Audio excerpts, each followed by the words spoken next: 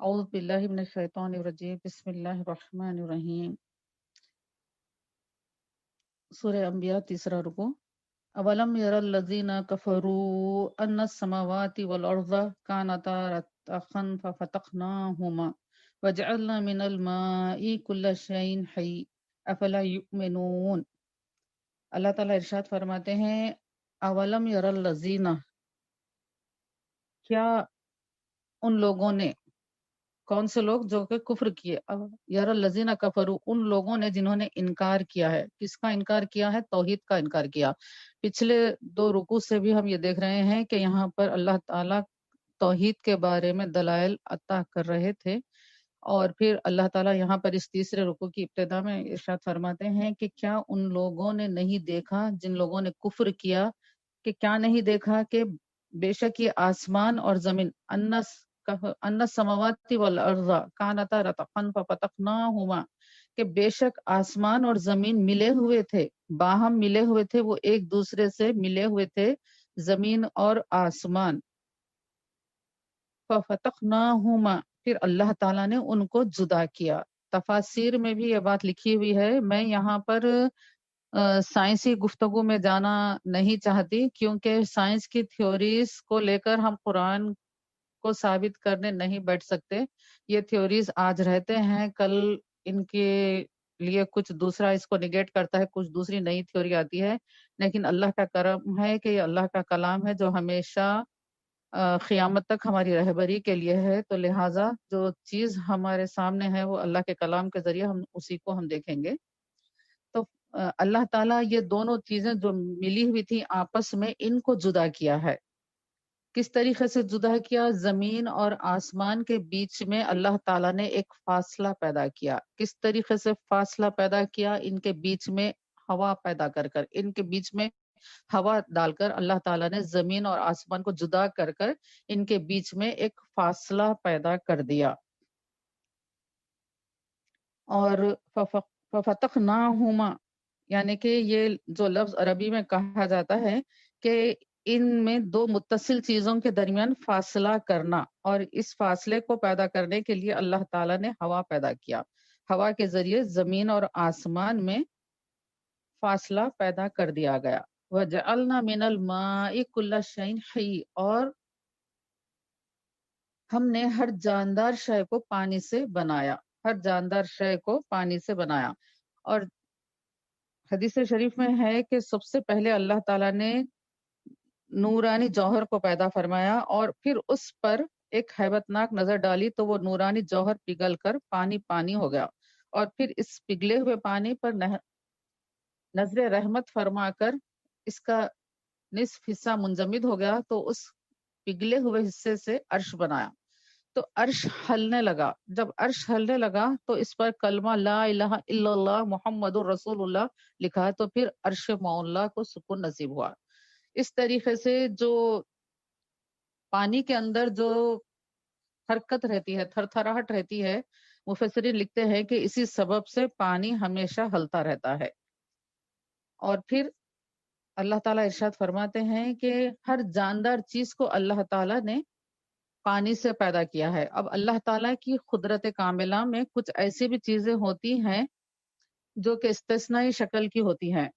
ہر جاندار چیز ہم دیکھتے ہیں، نباتات ہو یا انسان ہو یا جانور ہو، ان کے لیے ان کی حیات کو وجود میں لانے کے لیے، ان کی جان کو وجود میں لانے کے لیے بھی پانی کی ضرورت ہوتی ہے، اور ان کی حیات کو باقی رکھنے کے لیے بھی پانی کی ضرورت ہوتی ہے۔ تو اس طریقے سے پانی کی اہمیت یہاں پر معلوم ہو رہی ہے۔ لیکن ہم دیکھتے ہیں کہ اللہ تعالیٰ نے فرشتوں کو نور سے پیدا کیا، جنات کو بغیر دھوئے والی آگ سے پیدا کیا، آدم علیہ السلام کو مٹی سے پیدا کیا، عیسیٰ علیہ السلام کو اللہ تعالیٰ نے جبرائیل علیہ السلام کے دم سے پیدا فرمایا، اور عیسیٰ علیہ السلام اپنے دم سے بعض پرندوں کو پرندوں کے اندر، پرندوں کے جو شکل ہوتی تھی اس کے اندر آپ روح پھونک سکتے تھے، وہ زندہ ہو جاتے تھے۔ تو یہ چیزیں جو ہے وہ استثنائی شکل ہوتی ہے، یعنی کہ ایکسیپشنل کیسز ہوتے ہیں۔ تو یہ ایکسیپشنل کیسز جو ہوتے ہیں وہ اللہ تعالیٰ اپنی قدرت کاملہ کا، یعنی کہ اللہ تعالیٰ کوئی ایک کلی قاعدہ قانون پر اللہ تعالیٰ کی کائنات نہیں چل رہی ہے۔ اللہ تعالیٰ اپنی وحدانیت، اپنی قدرت کائنات پر اپنی بالادستی بتانے کے لیے اس طریقے کے نمونے انسان کے سامنے لاتا ہے، اور تاکہ وہ توحید کے قائل ہو جائے۔ تو اس طریقے سے یہاں پر ہم دیکھتے ہیں۔ پھر آگے اللہ تعالیٰ ارشاد فرماتے ہیں افلا یؤمنون، تو پھر تم ایمان کیوں نہیں لاتے؟ یہ دیکھنے کے بعد بھی تم، یہ سب چیزیں دیکھنے کے بعد بھی ایمان کیوں نہیں لاتے؟ حدیث شریف میں ہے کہ اللہ تعالیٰ نے کائنات کو پیدا کرنے سے 2000 سال پہلے، اور ایک دوسری روایت میں 4000 سال پہلے اللہ تعالیٰ نے ارواح کو پیدا کیا تھا، اور ارواح کو پیدا کرنے کے بعد اللہ تعالیٰ نے زمین اور آسمان کی پیدائش کی تھی، اور زمین اور آسمان کی پیدائش تمام ارواح کے سامنے ہی ہوئی تھی، اور پھر اللہ تعالیٰ نے الستو بربکم کا عہد بھی ارواح سے لیا تھا۔ تو یہ تمام چیزیں انسانوں کے سامنے ہیں، لیکن اس کے باوجود انسان اللہ تعالیٰ کی یہ نعمتیں لے کر جب یہ دنیا میں آیا ہے تو وہ اپنے جہالت میں کھو جاتا ہے اور اپنی برائیوں پر اکڑ جاتا ہے، اور یہاں تک کہ وہ توحید کو سے بھی انحراف کرتا ہے، اس کا قائل نہیں ہوتا ہے۔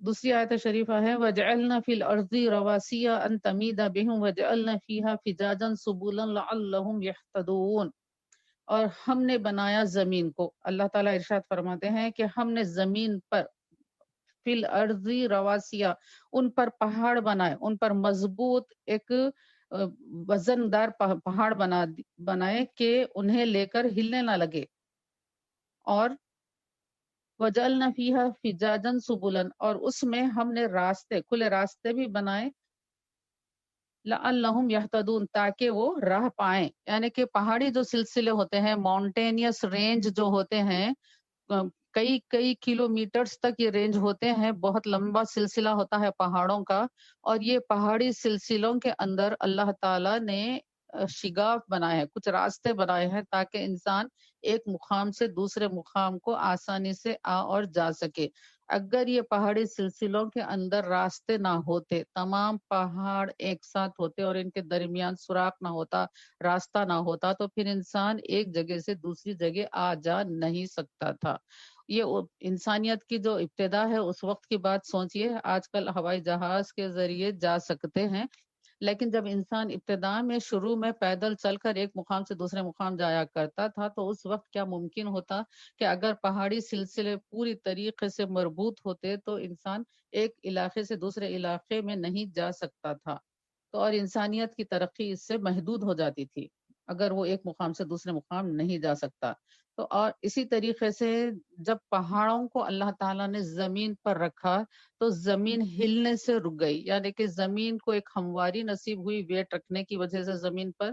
اسی طریقے سے بزرگان دین جو کہ معرفت رکھتے ہیں وہ کہتے ہیں کہ اہل اللہ کے ساتھ صحبت اختیار کرنے سے، اہل اللہ کے ساتھ تعلق قائم کرنے کی وجہ سے انسان بہکنے سے محفوظ رہتا ہے، انسان ایمان کھونے سے محفوظ رہتا ہے اگر وہ اپنا تعلق اہل اللہ سے برقرار رکھ لے، ان کی صحبت میں رہے، تو وہ جن کی تعلیم پکی ہوتی ہے، جن کا ایمان قوی ہوتا ہے، جن کو اللہ تعالیٰ کی معرفت ہوتی ہے، قدرت کی معرفت ہوتی ہے، ان کے ساتھ رہنے کی وجہ سے، ان سے فیض پانے کی وجہ سے ان کے ساتھ رہنے والے بھی اپنے ایمان کی سلامتی کے ساتھ دنیا میں زندگی گزار سکتے ہیں، وہ نفس کے بہکاوے میں آ کر اپنے ایمان کو ڈاواڈول نہیں کرتے۔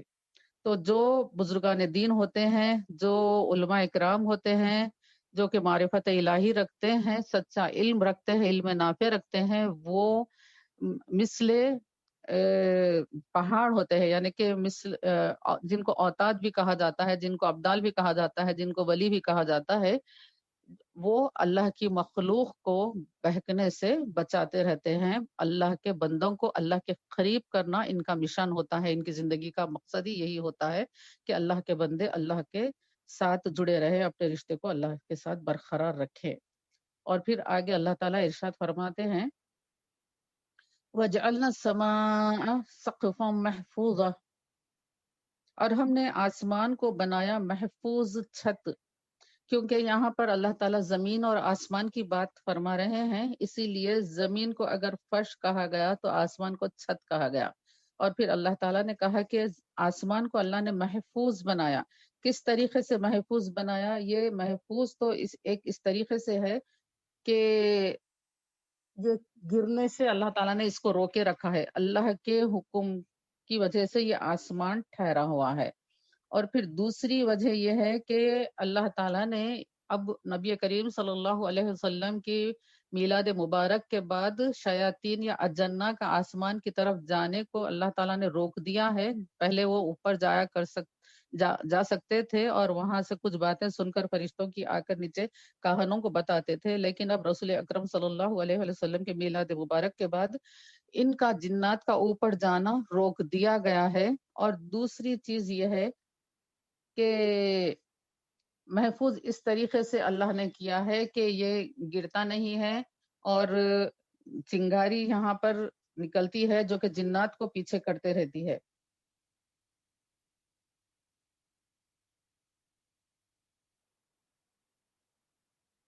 وَهُمْ عَنْ آيَاتِهَا مُعْرِضُونَ، اور اس طریقے سے ہماری آیات سے یہ منہ پھیرنے والے ہیں۔ اللہ تعالیٰ کی اتنی آیات ہیں، یہ دیکھنے کے باوجود بھی یہ کفار اللہ تعالیٰ کی آیتوں کو دیکھ کر ایمان نہیں لاتے، توحید کے قائل نہیں ہوتے، شرک سے باز نہیں آتے، بلکہ یہ اعراض کرتے ہیں توحید سے۔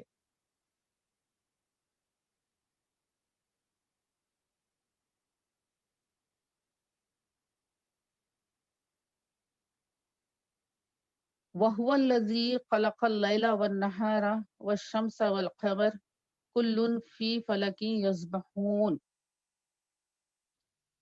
اور وہ ہے جس نے رات اور دن اور سورج اور چاند پیدا کیے، اور ہر ایک اپنے گھیرے میں تیر رہا ہے۔ وَهُوَ الَّذِي خَلَقَ اللَّيْلَ وَالنَّهَارَ، وہی ہے جس نے رات اور دن بنائے۔ اللہ تعالیٰ ہی ہے جس نے رات کو بنایا اور دن کو بنایا۔ رات اور دن یہ دونوں ہی انسان کی ضرورتوں کے لیے ضروری ہیں۔ اگر سارا ہی دن ہوتا تو پھر انسان دھوپ کی شدت کو برداشت نہیں کر سکتا تھا، یعنی کہ رات کو اللہ تعالیٰ نے ٹھنڈی کیا ہے اس کو، اور تاریکی عطا کی ہے تاکہ انسان آرام کر سکے اور دن بھر کی تھکان وہ دور کر سکے۔ اور اسی طریقے سے اگر اللہ تعالیٰ پورا رات رکھتا تو پھر انسان اپنی زندگی کے وسائل کو تلاش کرنے میں، روٹی روزی کو حاصل کرنے میں کافی دشواری محسوس کر سکتا تھا، اور اس کے لیے زندگی دشوار ہو جاتی تھی، ناممکن ہو جاتی تھی۔ تو یہ اللہ تعالیٰ کا کرم ہے کہ انسان کو اللہ تعالیٰ نے قمر اور شمس یعنی چاند اور سورج کے ذریعے اللہ تعالیٰ نے دن اور رات عطا کیے، کہ دن کو اللہ تعالیٰ نے سورج سے مزین کیا، سورج کی روشنی میں انسان بہت زیادہ روشنی حاصل کرتا ہے، اس کی تپش اور توازت کی وجہ سے اپنے کئی کام کرتا ہے، کئی چیزیں وہ سورج کی روشنی میں سکھاتا ہے، اور پھر سورج کی ہی روشنی کی وجہ سے درخت اگتے ہیں، پودے اگتے ہیں، جس کی وجہ سے انسان اپنی غذائی ضروریات کو پورا کرتا ہے، اور اپنے جانوروں کی بھی غذائی ضروریات کو وہ پوری کرتا ہے۔ اگر سورج کی تپش نہ ہوتی تو پھر یہ پودے سورج کی روشنی کی محرومی کی وجہ سے اپنی غذا پیدا نہیں کر سکتے تھے۔ جب وہ اپنی غذا پیدا نہیں کر سکتے تھے تو ہم کو غذا کس طریقے سے مہیا ہوتی تھی؟ تو اس طریقے سے اللہ تعالیٰ کی کامل قدرت ہے، یہ اللہ تعالیٰ کی تدبیر ہے کہ اللہ تعالیٰ نے دن بھی بنایا ہے اور رات بھی بنایا ہے، سورج بھی عطا کیا ہے اور چاند بھی عطا کیا ہے، اور اس طریقے سے اللہ تعالیٰ چاند کی وجہ سے انسانوں کو یہ ہدایت ہوتی ہے کہ وہ تاریخ معلوم کر سکیں، دنوں کی گنتی کو معلوم کر سکیں کہ آج فلاں تاریخ کا چاند ہے، آج فلاں تاریخ کا چاند ہے۔ آج ہمارے پاس کیلنڈرز موجود ہیں، ہم آسانی کے ساتھ تاریخ اور دنوں کا اندازہ کرتے ہیں، لیکن پچھلے زمانے میں چاند اور سورج کی روشنی کو دیکھ کر، سورج میں پڑنے والے سائے کو دیکھ کر انسان وقت کا اندازہ کرتا تھا۔ دن میں وقت بہت زیادہ ضروری ہے، کیونکہ دن میں انسان کو نمازیں بھی پڑھنی ہے، عبادت بھی کرنی ہے۔ یہ معلوم کرنا ہوتا ہے کہ نماز کا وقت ہے یا مکروہ وقت ہے، نماز پڑھنا ہے یا نہیں پڑھنا ہے، اور پھر اپنے کام کی انجام دہی کے لیے بھی وقت کا تعین ہونا ضروری ہوتا ہے، فلاں وقت پر وہاں پہنچنا ہے۔ تو اللہ تعالیٰ نے دن میں ایک ایسا انتظام فرمایا، سورج کے شیڈو کے ذریعے، سائے کے ذریعے، کہ انسان وقت کا اندازہ اس وقت کیا کرتا تھا جبکہ گھڑیاں بھی نہیں تھیں، اور ان کا اندازہ اتنا صحیح ہوتا تھا کہ وہ بالکل ہماری آج کی گھڑیوں ہی کی طرح ان کا اندازہ ہوا کرتا تھا۔ اسی طریقے سے پھر اللہ تعالیٰ نے چاند کے ذریعے انسانوں کو تاریخوں کا اندازہ کرنے کی سہولت عطا کی، کہ چاند جو چھوٹا بڑا ہوتا ہے اس کی وجہ سے انسان اندازہ کرتا تھا کہ آج اتنے دن ہوئے، اتنے دن ہوئے۔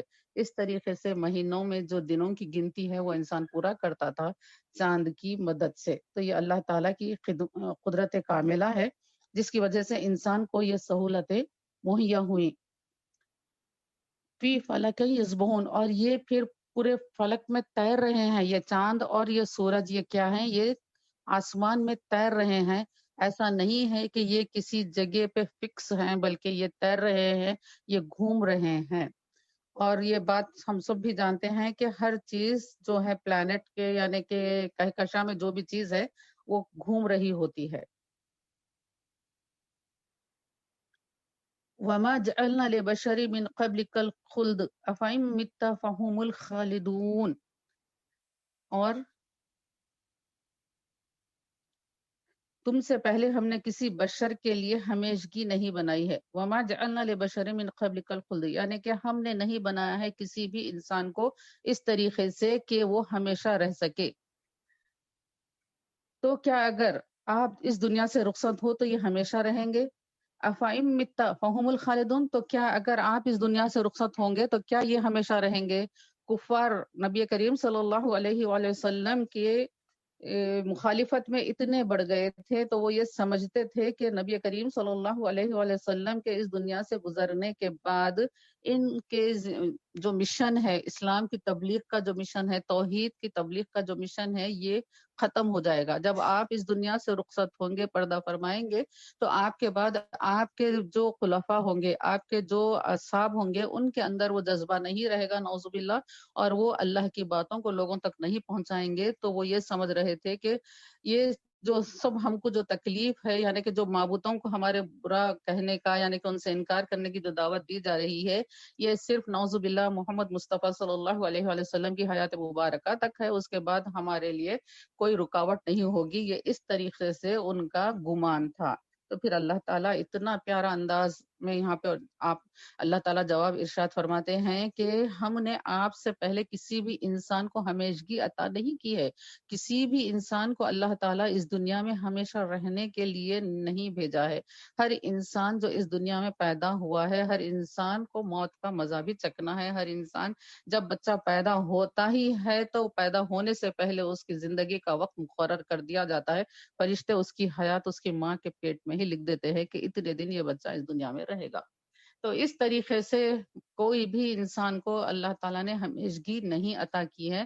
تو یہ کافر جو اس طریقے سے آپ کے مشن کا جو مذاق اڑا رہے ہیں، ان کو یہ کیا بات معلوم نہیں ہے کہ ہم نے کسی بھی انسان کو ہمیشگی عطا نہیں کی ہے۔ ہر انسان کو موت آتی ہے، اور پھر یہ اس طریقے سے خوشی کر رہے ہیں جیسے کہ آپ کے گزرنے کے بعد کیا ان کو ہمیشگی حاصل ہوگی، کیا ان کو موت نہیں ہے؟ یہ موت کو بھول گئے ہیں، یہ موت سے غفلت میں ہیں، اسی لیے اس طریقے کی باتیں کر رہے ہیں۔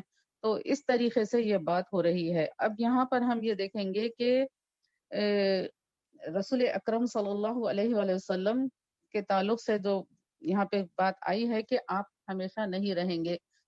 اللہ تعالیٰ کا یہ قانون قدرت ہے، نظام ہے کائنات کا کہ ہر انسان کو موت کا مزہ چکھنا ہے، لیکن اللہ تعالیٰ رسول اکرم صلی اللہ علیہ وسلم نے حدیث شریف میں فرمایا کہ اللہ تعالیٰ نے مٹی پر حرام کیا ہے کہ وہ انبیاء کے اجسام کو کھائے، اور پھر رسول اکرم صلی اللہ علیہ وآلہ وسلم نے فرمایا کہ تم لوگ درود شریف پڑھا کرو، تمہارا درود پڑھنا مجھ تک پہنچتا ہے۔ تو صحابہ نے عرض کیا کہ یا رسول اللہ، کیا آپ کے اس دنیا سے گزرنے کے بعد بھی؟ تو آپ نے فرمایا کہ ہاں، اس دنیا سے گزرنے کے بعد بھی۔ تو اس طریقے سے یہ معلوم ہوتا ہے، جس طریقے سے ابھی ہم نے یہ سنا کہ میت سنتی ہے لیکن جواب نہیں دے سکتی، تو جو روح ہوتی ہے، موت کیا چیز ہے؟ موت روح کا جسم سے جدا ہونا ہوتا ہے۔ روح کیا ہوتی ہے؟ روح وہ نورانی چیز ہوتی ہے، وہ لطیف چیز ہوتی ہے جس کو انسانی آنکھ دیکھ نہیں سکتی ہے، لیکن بڑی قوت اور قدرت رکھتی ہے۔ روح وہ چیز ہوتی ہے جو انسان کے باطن کو اجالا عطا کرتی ہے، اس کے ظاہر کو بھی اجالا عطا کرتی ہے اگر انسان نیکیوں میں غرق رہتا ہے۔ تو روح کی وجہ سے انسان کی حیات ہوتی ہے، اور روح کی طاقت بہت زیادہ ہوتی ہے۔ ہم بہت زیادہ مواقعوں پر یہ دیکھتے ہیں کہ روحانی قوت کس طریقے سے جسمانی قوت سے زیادہ اپنا اثر دکھاتی ہے۔ صحابہ اکرام رضی اللہ عنہم اجمعین کے واقعات میں ہم یہ بہت اچھی طریقے سے دیکھے ہیں کہ کس طریقے سے وہ روکھا سوکھا کھا کر، وہ کس طریقے سے فاقہ اور فخر میں مبتلا ہونے کے باوجود بھی وہ کس طریقے سے غزوات میں رسول اکرم صلی اللہ علیہ وآلہ وسلم کے ساتھ ہوا کرتے تھے، اور اللہ تعالیٰ ان کو نصرت بھی عطا کرتا تھا۔ تو یہ روحانی قوت ہوتی تھی۔ تو اس سے یہ معلوم ہو رہا ہے کہ روحانی قوت بہت زیادہ اثر رکھتی ہے جسمانی قوت کے بنسبت۔ تو جب روح الگ ہو جاتی ہے، حقیقت میں تو یہ ہوتا ہے کہ جو نیک لوگ ہوتے ہیں ان کے روح جب جسم سے نکلتی ہے تو وہ بہت زیادہ اپنے آپ کو آزاد محسوس کرتی ہے۔ تو اس طریقے سے ہے۔ اور دوسری چیز یہ ہوتی ہے کہ کسی کو ہم نے ہمیشگی عطا نہیں کی ہے، تو وہی بات یہاں پر آتی ہے، جس طریقے سے اللہ تعالیٰ ہر چیز میں ایکسیپشنل کیسز رکھتا ہے، اسی طریقے سے یہاں پر بھی ہے۔ اور رسول اکرم صلی اللہ علیہ وآلہ وسلم جب اس دنیا سے آپ تشریف پردہ فرمائے، تو اس وقت حضرت ابوبکر صدیق رضی اللہ تعالیٰ عنہ نے رسول اکرم صلی اللہ علیہ وسلم کے حجرہ مبارک میں آپ آئے، اور آپ نے آ کر رسول اکرم صلی اللہ علیہ وآلہ وسلم کے چہرے اقدس پر سے کپڑا ہٹایا، اور آپ کے دو آنکھ کے درمیان آپ نے بوسہ دیا، اور پھر اس کے بعد آپ نے یہ آیات مبارکہ پڑھی۔ اور پھر اور ایک مرتبہ ہے کہ جب لوگ رسول اکرم صلی اللہ علیہ وآلہ وسلم کے اس دنیا سے پردہ فرمانے کا صدمہ سہ نہیں سک رہے تھے، تو حضرت صدیق اکبر رضی اللہ تعالیٰ عنہ نے وہ آیات مبارکہ کی تلاوت فرمائی، جس میں یہ کہا گیا تھا، جس کا مفہوم یہ ہے کہ محمد مصطفیٰ صلی اللہ علیہ وسلم اللہ کے بندے اور رسول ہیں، تو کیا اگر یہ شہید کر دیے جائیں یا پھر یا ان کی موت واقع ہو جائے تو کیا تم لوگ الٹے پاؤں پلٹ جاؤ گے؟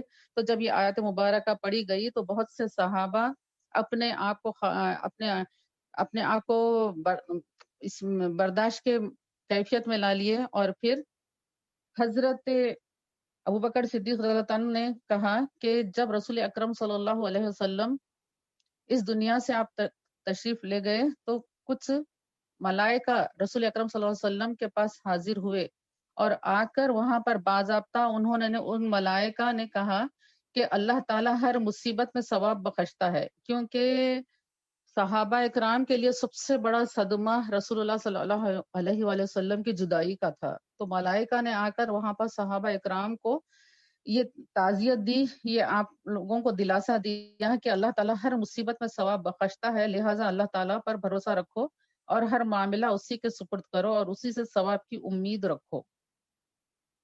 اور ملائکہ نے یہ بھی کہا کہ در حقیقت محروم وہ ہے جو اللہ تعالیٰ کے ثواب سے محروم ہو۔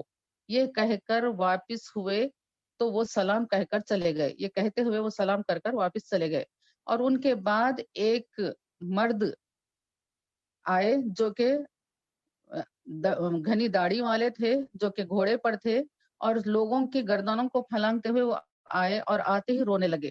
پھر صحابہ اکرام کی طرف متوجہ ہوا اور فرمایا کہ اللہ مصیبت پر اجر اور ثواب بخشتا ہے، اسی لیے اللہ تعالیٰ کی طرف رجوع اور رغبت کرو، وہ بلاؤں میں تمہیں نظر کرم سے دیکھتا ہے اور مصیبت